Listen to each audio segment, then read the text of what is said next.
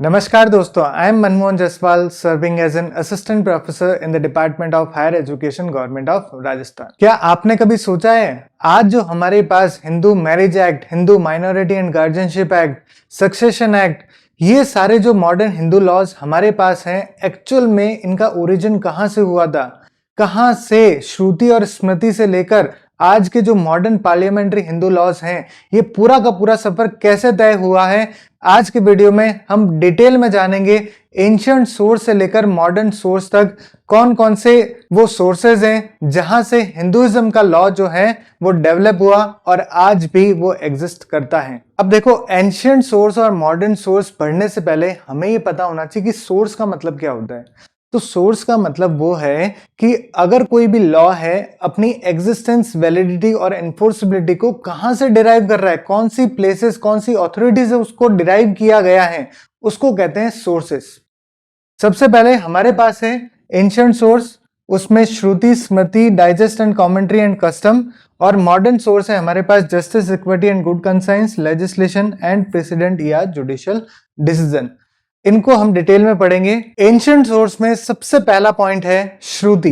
तो श्रुति वर्ड जो है वो डिराइव हुआ है श्रु से, जिसका मतलब है व्हाट वाज हर्ड, जो सुना गया। ऐसा माना जाता है कि वो धार्मिक बातें, वो धार्मिक ज्ञान जो ऋषि मुनियों ने देवताओं से डायरेक्ट सुना है और उसे आगे नेक्स्ट सक्सीडिंग जनरेशंस को दिया है, उसको कहा जाता है श्रुति। इसीलिए श्रुति का ओरिजिन हम डिवाइन मानते हैं, ये दैव्य ओरिजिन है इसका, इसीलिए प्राइमरी भी है, इसलिए इसकी वैल्यू जो है Paramount source of Hindu law के अंतर्गत आती है। अब श्रुति के अंतर्गत 4 वेद आते हैं। सबसे पहले ऋग्वेद, फिर यजुर्वेद, फिर सामवेद और फोर्थ है अथर्ववेद, जिसमें ऋग्वेद जो है सबसे पुराना वेद माना जाता है। और इस ऋग्वेद के अंदर क्या है? इसके अंदर प्रेयर्स ऑफ गॉड, भगवान की प्रार्थना और हाइम्स ऑफ प्रेज, जो भगवान की प्रार्थना में जो स्तुति के अंदर जो भजन गाए जाते हैं, वो इस ऋग्वेद के अंतर्गत आते हैं। अब इसमें एक इंटरेस्टिंग चीज ये है कि उस वक्त भगवान की स्तुति का मतलब क्या है? कौन थे भगवान? उस वक्त भगवान नेचुरल फोर्सेस हुआ करती थी, जैसे कि इंद्रदेव, वायुदेव, सूर्यदेव, अग्निदेव, ये सारे भगवान माने जाते थे। सोचो वो अपनी प्रकृति को कितना प्यार करते थे, अपनी नेचर को कितना प्यार करते थे कि वो उन्हें भगवान मानते थे। सेकंड है यजुर्वेद। यजुर्वेद के अंदर क्या आता था? तो यजुर्वेद के अंदर यज्ञ के मंत्र आते थे। यज्ञ कैसे किया जाएगा, उसमें कौन कौन से मंत्रों का उच्चारण किया जाएगा, उसमें कौन कौन से रिचुअल्स को फॉलो किया जाएगा, ये सारी की सारी बातें जो हैं वो यजुर्वेद के अंतर्गत आती थी। नेक्स्ट है हमारे पास सामवेद। तो सामवेद के अंदर जो साम वर्ड है ये बताता है म्यूजिक। तो सामवेद के अंदर उन मंत्रों का गाने का तरीका क्या रहेगा, क्योंकि मंत्र जो है वो एक म्यूजिकल फॉर्म के अंदर गाए जाते थे, तो उसे गाने का फॉर्म क्या रहेगा वो सामवेद के अंदर आता था, इसलिए इसको वेदास ऑफ म्यूजिक भी कहा जाता है। अब इन तीनों वेदों को अगर एक लाइन में बताएं तो ऋग्वेद के अंदर प्रार्थनाएं बताई जाती थी। यजुर्वेद के अंदर उन प्रार्थना में जो मंत्रों का उच्चारण किया जा रहा है, जो यज्ञ के अंदर उच्चारण किया जाता है, प्रार्थना करने के क्या रूल्स होंगे, वो सारे यजुर्वेद के अंदर बता रखे हैं। और जो इन मंत्रों का उच्चारण म्यूजिकल फॉर्म में करना है वो क्या बताता है? सामवेद। नेक्स्ट जो वेद है हमारे पास अथर्ववेद। तो अथर्ववेद के अंदर क्या है? प्रैक्टिकल नॉलेज है डेली लाइफ का, हेल्थ का, कैसे हमारी सुरक्षा करनी है, कैसे सोशल मैटर्स को हैंडल करना है, उसका प्रैक्टिकल नॉलेज है। और इसे वेदा ऑफ मैजिक भी कहा जाता है। मतलब जो काले जादू जो हुआ करते थे उसका ओरिजिन इस अथर्ववेद से हुआ है। और साथ ही मेडिसिन का जो ओरिजिन है वो भी इस अथर्ववेद के अंदर ही हुआ है, इसीलिए इसको वेदा ऑफ मैजिक और मेडिसिन कहा जाता है। अब जो हमने ये 4 वेद पढ़े, इसमें हर वेद के 3 पार्ट हुआ करते थे। 3 पार्ट कैसे? पहला तो होता था संहिता, जैसे मेनली श्लोक्स जो हैं वो हुआ करते थे। दूसरा है ब्राह्मण, जो ये बताते थे कि ड्यूटीज क्या रहेंगी आपकी और उन ड्यूटीज को परफॉर्म किस तरह से आप करोगे। और थर्ड है पार्ट उपनिषद। उपनिषद क्या बताता है? उन ड्यूटीज का फिलोसॉफिकल एसेंस क्या है वो बताता है उपनिषद। तो ये 3 पार्ट हैं हर वेद के अंदर। पहला हो गया संहिता, दूसरा हो गया ब्राह्मण और तीसरा हो गया उपनिषद। श्रुति के अंतर्गत 6 वेदांगास भी आया करते थे, जिसमें सबसे पहले है शिक्षा, फिर छंद, व्याकरण, निरुक्त, ज्योतिष और कल्प। और इसी के साथ हमारे पास है 18 उपनिषद। उपनिषद क्या होता है? उपनिषद वो कि जो ऋषि मुनियों के पास में बैठकर जो ज्ञान मिला है उसको उपनिषद कहते हैं। तो एक्चुअल में तो 108 उपनिषद हुआ करते थे, बट उसमें 18 उपनिषद ऐसे थे जो सबसे इंपॉर्टेंट माने जाते थे। तो उपनिषद के अंदर क्या होता था? वो रिलीजियस राइट्स, जो हमारा धार्मिक संस्कार है, उसके बारे में ट्रू नॉलेज को अटेन करना, कैसे मोक्ष मिलेगा, कैसे आत्मा क्या होती है, ये सारी बात जो है वो उपनिषद के अंतर्गत आती है। अब सेकंड सोर्स है हमारे पास स्मृतिज। स्मृतिज का मतलब क्या है? व्हाट वॉज रिमेम्बर्ड, जो याद रह गया वो होती है स्मृति। तो श्रुति के अंदर जो ऋषि मुनियों ने सुना है और उनकी जो स्मृति के अंदर रह गया, जो उनकी मेमोरी में रह गया, वो उन्होंने राइट डाउन कर दिया, इसलिए इसको स्मृति कहा जाता है। जो चीज हमें याद रह गई उसको हमने लिख दिया और आगे की जो नेक्स्ट सक्सेडिंग जनरेशन है उनको पास कर दिया। इसीलिए हम इनको ह्यूमन मेड टेक्स्ट भी कहते हैं, जो बेस्ड ऑन श्रुति हैं। और हम इसीलिए इसे सेकेंडरी सोर्स भी कहते हैं, क्योंकि जो उन्हें याद रह गया वो उन्होंने आगे एक्सप्लेन कर दिया। श्रुति के जो प्रिंसिपल्स हैं उनको अप्लाई करना बता दिया इस स्मृति के अंदर, इसीलिए हम इसको सेकेंडरी सोर्स बोलते हैं। और अगर कोई कॉन्फ्लिक्ट होता है श्रुति और स्मृति, श्रुति के अंदर जो चारों वेद आते हैं वो, और स्मृति के अंदर अगर कोई कॉन्फ्लिक्ट होता है तो हमेशा और हमेशा श्रुति ही प्रिवेल करेगी, क्योंकि Shruti is primary and paramount source of Hindu law माना जाता है। क्योंकि स्मृति तो जो उन ऋषि मुनियों को याद रह गया, जो उनकी मेमोरी में रह गया, वो उन्होंने आगे राइट डाउन कर दिया और लोगों तक पहुंचा दिया। और इसीलिए अगर इन दोनों के बीच में कोई कॉन्फ्लिक्ट होता है, दोनों में अलग अलग बातें आती हैं, तो श्रुति जो है वो मानी जाएगी। अब ये जो स्मृति है वो 2 तरह की होती है, एक होती है धर्मसूत्रास और दूसरी होती है धर्मशास्त्रास। इन दोनों में क्या फर्क है कि धर्मसूत्रास जो होती है वो प्रोज स्टाइल में होती है, एक पैराग्राफ बेस्ड राइटिंग होती है, जो शॉर्ट में लिखा गया कॉन्टेक्स्ट है, जो ये बताता है कि आपके जो कंडक्ट, ड्यूटीज, कॉमन सेंस और जस्टिस के क्या जनरल प्रिंसिपल्स रहेंगे उनके बारे में बताता है। धर्मसूत्रास के मेन ऑथर कौन कौन है? जैसे कि गौतम, बौद्धियाना, अपस्तंभ, ये सारे मेन ऑथर्स हैं इस धर्मसूत्रास के। और सेकंड वन धर्मशास्त्रास। तो धर्मशास्त्रास जो होती है वो पोइट्री स्टाइल के अंदर लिखी गई होती है, जो ज्यादा डिटेल के अंदर और सिस्टमेटिक फॉर्म में लिखी गई है एज कंपेयर टू धर्मसूत्रास। और इसके अंतर्गत ये बताया गया है कि इंडिविजुअल के क्या ड्यूटीज रहेगी, क्या रेस्पॉन्सिबिलिटी रहेगी और क्या उनके एथिकल कंडक्ट रहेंगे, खुद के साथ, फैमिली के साथ, सोसाइटी के साथ। जिसमें मेन प्रिंसिपल ऑथर्स आते हैं धर्मशास्त्रास के मनु, याज्ञवल्क्य, नारद, विष्णु, ये सारे मेन ऑथर्स आते हैं इस धर्मशास्त्रास के अंदर। कुछ इंपॉर्टेंट स्मृतिज हैं जिनके बारे में जानना जरूरी है। तो सबसे पहले बात करते हैं मनुस्मृति की। तो मनुस्मृति को मानव धर्मशास्त्रा भी कहा जाता है, और ये मनुस्मृति सबसे हिंदू लॉ के अंदर सबसे पुराना लीगल टेक्स्ट जो बता रखा है वो मनुस्मृति के अर्थ में बता रखा है। और मनुस्मृति के अंदर सबसे मेन इंपॉर्टेंट जो चीज थी वो थी धर्म। धर्म के बेस पे सोसाइटी को रेगुलेट करने का काम जो है वो मनुस्मृति ने सिखाया था। और इसके अंतर्गत क्या इंडिविजुअल की मॉरल और लीगल ड्यूटीज होंगी वो डिसाइड होगी उसकी कास्ट और स्टेजेस ऑफ लाइफ के अकॉर्डिंग। अब जो ये पुराने समय में जो वर्ण हुआ करते थे उसमें 4 तरह से डिवाइडेशन था, जैसे कि ब्राह्मण, क्षत्रिय, वैश्य और शूद्र। और ये जो स्टेजेस ऑफ लाइफ है, जो आश्रम की बात करते हैं, तो इसमें 4 स्टेज मानी जाती थी। सबसे पहले आप ब्रह्मचर्य रहेंगे, फिर आप ग्रस्त हो जाएंगे, ग्रस्त जीवन में आ जाएंगे, फिर आप वान प्रस्थान करेंगे, मतलब वन में जाएंगे, और उसके बाद में संन्यास ले लेंगे। तो ये स्टेजेस ऑफ लाइफ आश्रम और वर्ण के अकॉर्डिंग हर एक इंडिविजुअल की मॉरल और लीगल ड्यूटीज क्या क्या रहेगी वो सारी चीजें मनुस्मृति के अंदर बता रखी थी। हालांकि इस मनुस्मृति की बहुत सारे क्रिटिसिज्म भी है कि इन्होंने वर्ण बेस्ड ड्यूटीज बताई, अब वर्ण बेस्ड ड्यूटीज बताना मतलब वही कास्ट के अकॉर्डिंग ड्यूटीज तय करना, ये कहीं ना कहीं आज के कॉन्टेक्स्ट में इनइक्वालिटी वाली बात होती है। और जो विमेन और शूद्र हैं इनको तो बिल्कुल अधिकार नहीं दिए थे, तो ये मनुस्मृति कुछ इस तरह के क्रिटिसिज्म झेलती है। नेक्स्ट है हमारे पास याज्ञवल्क्य स्मृति। याज्ञवल्क्य स्मृति जो है वो मनुस्मृति के बाद आई है, और ये याज्ञवल्क्य स्मृति जो है वो ज्यादा प्रैक्टिकल और कंसाइज और सिस्टमेटिक मानी जाती है मनुस्मृति से। और इस याज्ञवल्क्य स्मृति में सबसे इंपॉर्टेंट काम जो हुआ है वो इनहेरिटेंस लॉ का हुआ है। विमेन्स के प्रॉपर्टी के अंदर अधिकार, इनका काम हुआ है। सोचो, आज हम विमेन्स के अधिकारों की बात कर रहे हैं, इस याज्ञवल्क्य स्मृति ने 3rd से 5th BC के अंदर अधिकार दे दिए थे। तो इसीलिए मैं आपको कह रहा था हिंदू लॉ जो आज हम पढ़ रहे हैं उनकी जड़ें यहाँ पर छिपी हुई हैं।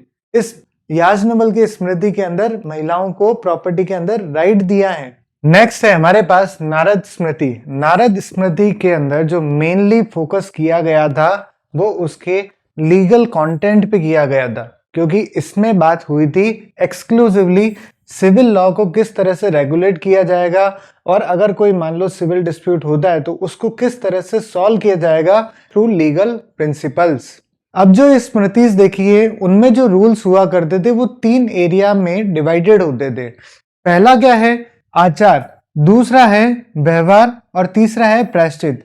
आचार क्या होता है? जो डेली कंडक्ट और ड्यूटीज होंगी बेस्ड ऑन मॉरलिटी। दूसरा, अगर आप उन ड्यूटीज को फुलफिल नहीं करते तो लीगल डिस्प्यूट होगा और उसमें कोर्ट का प्रोसीजर अपनाया जाएगा उस डिस्प्यूट को सॉल्व करने के लिए। और प्रायश्चित, अगर आप उन ड्यूटीज को फुलफिल नहीं करते तो रॉन्ग डूइंग के लिए पेनल प्रोविजंस बनाए गए जहां दंड दिया जाए, इस तरह के प्रोविजन बनाए गए। Now the third source is commentary and digest. Commentary को टीका और भाष्य भी कहा जाता है और डाइजेस्ट को निबंध कहा जाता है। तो कमेंट्री और डाइजेस्ट में डिफरेंस क्या है? क्या होता है कमेंट्री और डाइजेस्ट? तो कमेंट्री होता है किसी पर्टिकुलर स्मृति को इंटरप्रेट करना, उसे कहते हैं कमेंट्री। और डाइजेस्ट का मतलब होता है कि उन सारी स्मृतिज को कंपाइल करना, उनको कॉपरेट करना और उनके साथ एक सिस्टमेटिक हार्मोनाइज क्रिएट करना, जिससे कि हिंदू लॉ का जो प्रैक्टिकल नॉलेज है वो ज्ञान प्राप्त हो सके। देखो, commentary explain and interpret a specific smriti, and digest, compile and harmonize multiple smriti to guide practical application of Hindu law। अब जैसे इतनी सारी स्मृतिज आई तो इनमें जो रूल्स बता रखे थे वो कहीं ना कहीं दूसरी स्मृति से मैच नहीं कर रहे थे, मतलब उन दो स्मृति के रूल्स के बीच में कॉन्फ्लिक्ट हो रहा था। तो वहीं से ओरिजिन किसका हुआ? कॉमेंट्रीज का। कॉमेंट्री क्या है? उन स्मृति का इंटरप्रिटेशन करना, उसी को कमेंट्री कहते हैं। कमेंट्रीज का ओरिजिन हुआ और डिफरेंट कमेंटेटर्स बने। अब अगर एक स्मृति को दो अलग अलग कमेंटेटर अलग अलग इंटरप्रिटेशन करेंगे तो वहीं से ओरिजिन होता है हिंदू लॉ के स्कूल्स का, जिन्हें हम फेमसली कहते हैं दयाभाग स्कूल और मिताक्षरा स्कूल। अब जैसे कि जो याज्ञवल्क्य की स्मृति है इन पे कमेंट्री आई दयाभागा कमेंट्री, मतलब याज्ञवल्क्य की स्मृति का इंटरप्रिटेशन किया गया दयाभागा कमेंट्री में, और ये किसके द्वारा की गई? जिमुतवाहन के द्वारा। अब जिमुतवाहन के द्वारा जब इसका इंटरप्रिटेशन किया गया तो आसाम और बंगाल के अंदर इन सारे कोड्स को डाइजेस्ट बना दिया, मतलब उन सारे कोड को या हिंदू के जो जितने भी रूल्स एंड रेगुलेशन थे उनको एक साथ कंपाइल करके उनका डाइजेस्ट बना दिया और आसाम और बंगाल में इन्हें फॉलो किया जाने लगा। तो इसी से ही जो हमारा दयाभाग स्कूल ऑफ हिंदू लॉ है इसकी नींव रखी गई। अब इसी याज्ञवल्क्य स्मृति की कमेंट्री आई जिसे हम कहते हैं मिताक्षरा कमेंट्री। किसके द्वारा लिखी गई? विजनेश्वर के द्वारा। और यह माना जाता है कि इस कमेंट्री के अंदर जो रूल्स और रेगुलेशन का इंटरप्रिटेशन किया वो पूरे इंडिया के अंदर एप्लीकेबल हुआ एक्सेप्ट आसाम और बंगाल। और यहीं से हिंदू लॉ के दूसरे स्कूल जो मिताक्षरा स्कूल है उसकी नींव रखी गई इसी कमेंट्री के द्वारा जो लिखी गई विजनेश्वर के द्वारा। Next source is custom. Custom क्या होता है? कोई भी आप रूल ऑफ कंडक्ट या प्रैक्टिस अगर लंबे समय तक यूज करोगे तो वही एक तरह का लॉ माना जाने लगा। तो इसे हिंदू मैरिज एक्ट 1955 जिसके सेक्शन 3A के अंदर भी डिफाइन कर रखा है कि कस्टम और usage is any rule which having been continuously and uniformly observed for a long time has obtained the force of law. But वो जो रूल है वो रीजनेबल होना चाहिए, अनरीजनेबल नहीं होना चाहिए और पब्लिक पॉलिसी के अगेंस्ट नहीं होना चाहिए। अब किसी भी कस्टम के लिए 4 एसेंशियल होने जरूरी है। पहला ये कि वो कस्टम एंशिएंट होना चाहिए, रीजनेबल होना चाहिए, सर्टेन होना चाहिए और यूनिफॉर्म होना चाहिए। दूसरा, वो कस्टम जो है ऑब्लिगेटरी होना चाहिए और कंटिन्यूसली आप ऑब्जर्व करोगे, उसे फॉलो करोगे विदाउट एनी इंटरप्शन। तीसरा, वो कस्टम पब्लिक पॉलिसी के अगेंस्ट नहीं होना चाहिए। और चौथा, वो कस्टम किसी भी लॉ के द्वारा एक्सप्रेसली प्रोहिबिट नहीं होना चाहिए। और कस्टम इतना इंपॉर्टेंट है कि अगर कस्टम और स्मृति के बीच में अगर कॉन्फ्लिक्ट होगा तब किसकी मानी जाएगी? तब कस्टम की मानी जाएगी, क्योंकि कस्टम इन क्राइटेरिया को अगर फुलफिल करेगा तब कस्टम जो है वो प्रिवेल करेगा ओवर द रिटन टेक्स्ट जो श्रुति और स्मृति के अंदर लिखा हुआ है। और एक इसके लिए केस भी आया था, collector of Madurai versus Muthu Ramalinga Sethupathi. इस केस में क्या हुआ? इस केस में भी एक प्रिंसिपल आया जिसमें कहा गया a clear proof of custom will override the written text of law including Shruti and Smriti provided it should meet the test of validity. जो वैलिडिटी का टेस्ट क्या है? ये 4 क्राइटेरिया हैं, अगर ये फुलफिल होंगे तो कस्टम जो होगा वो रिटन टेक्स्ट के ऊपर प्रिवेल करेगा, कस्टम की मानी जाएगी। तो सोचो, एंशिएंट सोर्स के अंदर हमने 4 पढ़े। फर्स्ट है श्रुति, दूसरा है स्मृति, तीसरा है कमेंट्री एंड डाइजेस्ट और चौथा है कस्टम। तो कस्टम की वैल्यू उन तीनों से ऊपर मानी गई, बशर्ते ये कस्टम की ये वाली कंडीशन फुलफिल होनी चाहिए। अब मॉडर्न सोर्स के अंदर हमारे पास है पहला सोर्स जो कहता है justice, equity and good conscience. इस सोर्स को एक तरह का रेजिडरी और supplemental source of Hindu law माना जाता है। अगर कोई एग्जिस्टिंग लीगल टेक्स्ट है और उसमें अगर कोई बात एब्सेंट है तो वहां पर उस मैटर को किस तरह से सॉल्व किया जाएगा। और अगर मान लो कोई 2 स्मृति हैं और उन दोनों के बीच में कॉन्फ्लिक्ट है तो उस मैटर को कैसे सॉल्व किया जाएगा? तो वहां पर उस मैटर को justice, equity and good conscience के बेस पे उसे सॉल्व किया जाएगा। जो जज की नजर में जो फेयर होगा, इक्विटेबल होगा, उसी तरह से उस पर्टिकुलर मैटर को सॉल्व किया जाएगा। और सुप्रीम कोर्ट ने भी इस बात को कहा है गुरुनाथ वर्सेस कमलाबाई के केस में कि जहां पर अगर स्क्रिप्चरल, कस्टमरी और स्टैट्यूटरी रूल्स एब्सेंट होंगे वहां पर justice, equity and good conscience जो है वो प्रिवेल करेगा। उसके अकॉर्डिंग ही आप उस मैटर को सॉल्व करोगे और उसी को legitimate source of Hindu law माना जाएगा। सेकेंड सोर्स है लेजिस्लेशन। अब ये जो लेजिस्लेशन है ये आज के वक्त supreme source of Hindu law माना जाता है। क्यों? क्योंकि ये लेजिस्लेशन बनाए जाते हैं संसद के द्वारा, पार्लियामेंट के द्वारा। तो पार्लियामेंट ने marriage, divorce, inheritance, adoption, guardianship, इन सब पे लॉज बना रखे हैं, वो सुप्रीम माने जाएंगे। जो हिंदूज पे तो अप्लाई होंगे ही, और अदर कम्युनिटी जो डिफाइंड एज ए हिंदू, कौन कौन? जैन, सिख, बौद्ध, ये हिंदू नहीं है, ये एक अलग रिलीजन है, लेकिन इन्हें हिंदू की तरह ही ट्रीट किया जाएगा। और ये जो हिंदू के अंदर इनेक्टमेंट्स या लेजिस्लेशन बना रखे हैं वो हिंदूज के उन पे भी अप्लाई होंगे, because they are also considered as Hindus. अब हिंदू लॉ की जो लेजिस्लेशन है उसे पढ़ने से पहले उन लेजिस्लेशन का एक छोटा सा बैकग्राउंड है, तो उसको देखते हैं। 1940 के अंदर या 1940 से पहले क्या चलता था? कस्टम के अकॉर्डिंग सारे काम चलते थे। और कुछ सोशल रिफॉर्मर हैं जैसे कि राजा राम मोहन रॉय, विद्यासागर जी, ये विमेंस के राइट को बहुत ज़्यादा सपोर्ट करते थे। अब 1940 के बाद में क्या हुआ? 1941 में BN राव समिति बनी, जैसे हम फेमसली क्या कहते हैं, हिंदू लॉ कमेटी। किसके द्वारा बनाई गई? ब्रिटिशर्स के द्वारा बनाई गई। क्यों? जिससे कि हम हिंदू लॉ को कोडिफाई कर सके। अब उसके बाद में क्या हुआ? 1947 में जब देश आज़ाद हुआ तो नेहरू जी और अंबेडकर साहब ये बहुत बड़े लीगल रिफॉर्मिस्ट थे जो चाहते थे हिंदू लॉ का कोडिफिकेशन हो जाए और उनके अंदर बहुत अच्छे से रिवॉल्यूशन आए, एक रिफॉर्म आए हिंदू लॉज के अंदर। तो 1951 के अंदर हिंदू कोड बिल इंट्रोड्यूस किया गया पार्लियामेंट में, किसके द्वारा? डॉक्टर बी आर अंबेडकर के द्वारा। अब डॉक्टर बी आर अंबेडकर साहब ने ये जो हिंदू कोड है, इसमें जो आज हम चारों एक्ट पढ़ रहे हैं वो सारे एक साथ, जिसे हम हिंदू कोड के नाम से जाना जाता था, वो एक साथ पार्लियामेंट में लेकर आए।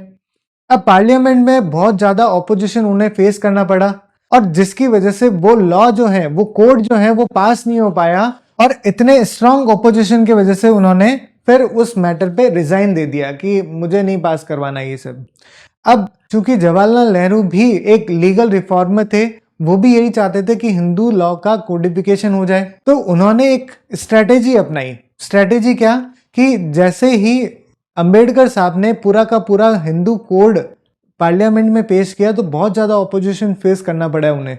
तो उन्होंने क्या स्ट्रेटेजी अपनाई कि इन सारे एक्ट को स्प्लिट कर देते हैं, एक एक को हम यहाँ पर संसद के अंदर पास करवाएंगे और एक एक को अप्लाई कराएंगे, क्योंकि समाज जो है बहुत ज्यादा कंजर्वेटिव था। उस वक्त के जो एमपी थे वो भी बहुत ज्यादा कंजर्वेटिव थे, बहुत ज्यादा ऑपोजिशन फेस करना पड़ रहा था, और सोसाइटी इतने चेंज को एकदम से एक्सेप्ट नहीं कर पाएगी। इसलिए जवाहरलाल नेहरू ने क्या किया, उन सारे कोड को इन 4 भागों में स्प्लिट कर दिया और इनको सेपरेटली उस संसद के अंदर पास करवाया, जिससे कि अगर कोई पर्टिकुलर लेजिस्लेशन में डाउट है या जिसे चैलेंज किया जाए तो वो सेपरेटली उसे चैलेंज करें, बाकी को डिस्टर्ब ना करें। तो ये स्प्लिट करने का तरीका इसलिए भी अच्छा था।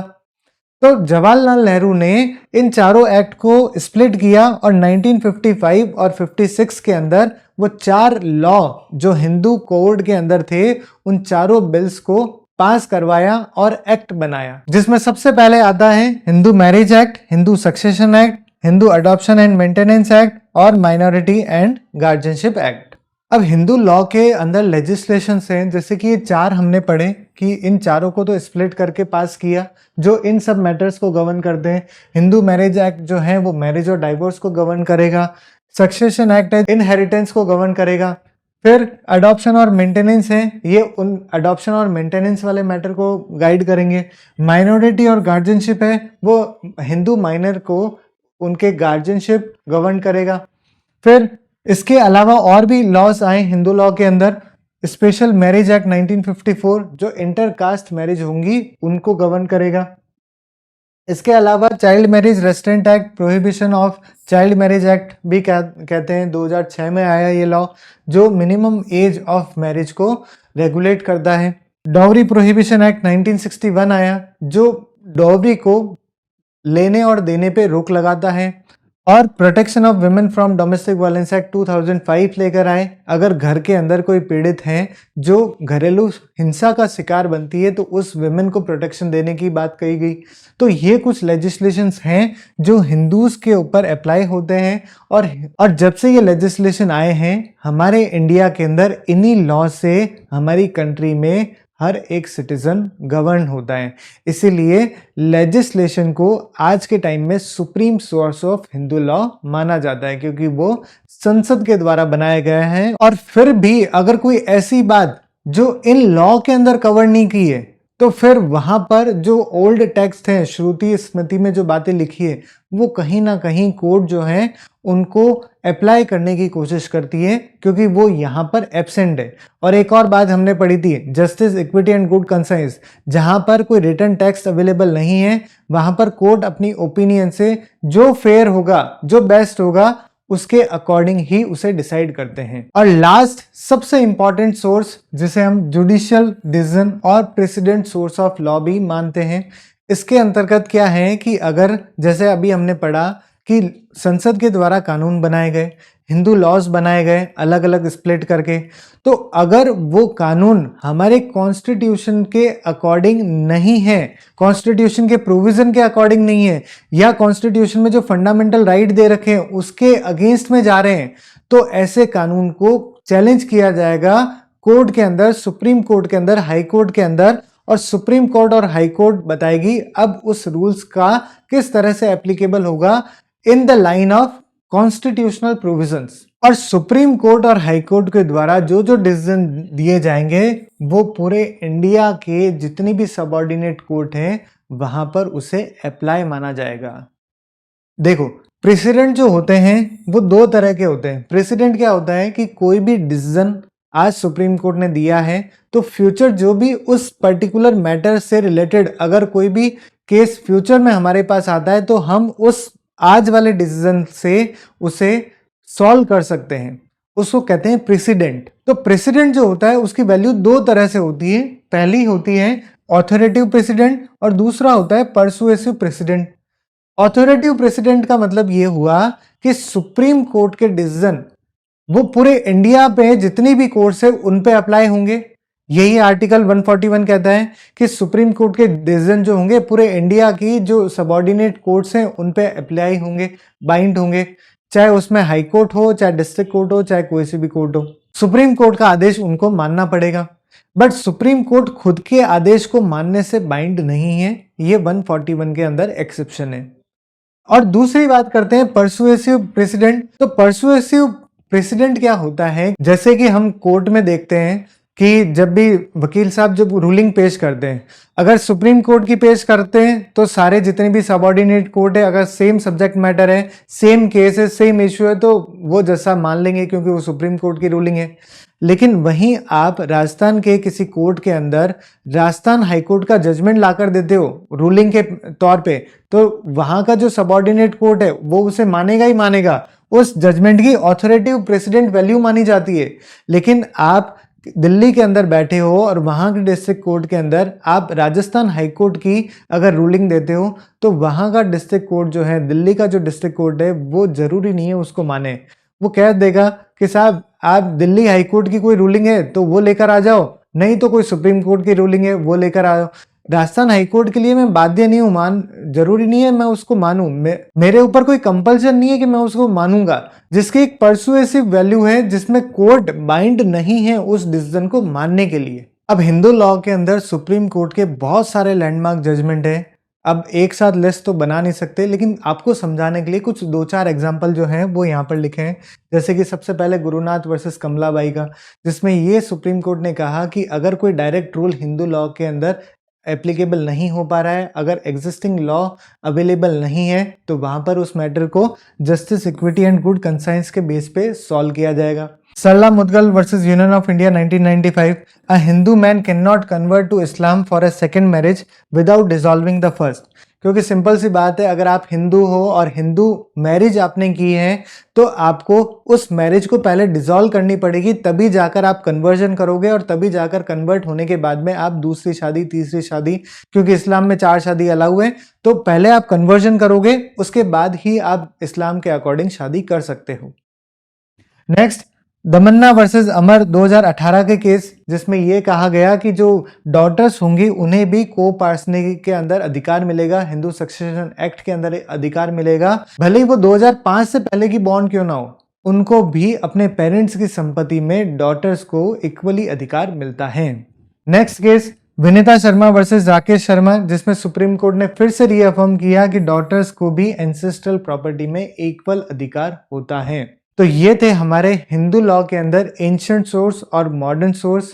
मुझे उम्मीद है आपको बहुत अच्छे से समझ आया होगा। अगर फिर भी आपको कोई डाउट रहता है तो please let me know in the comment section, I will definitely answer your query. और आज से हमने हिंदू लॉ पे वीडियोस बनाना स्टार्ट कर दिया है, तो हिंदू लॉ के वीडियो आप हिंदू लॉ की प्लेलिस्ट में जाके देखेंगे, और कॉन्स्टिट्यूशन के जो टॉपिक्स हैं वो कॉन्स्टिट्यूशन की एक सेपरेट प्लेलिस्ट है, आप कॉन्स्टिट्यूशन के वीडियोस वहां पर आप जाके देख सकते हैं। Thank you and thank you very much.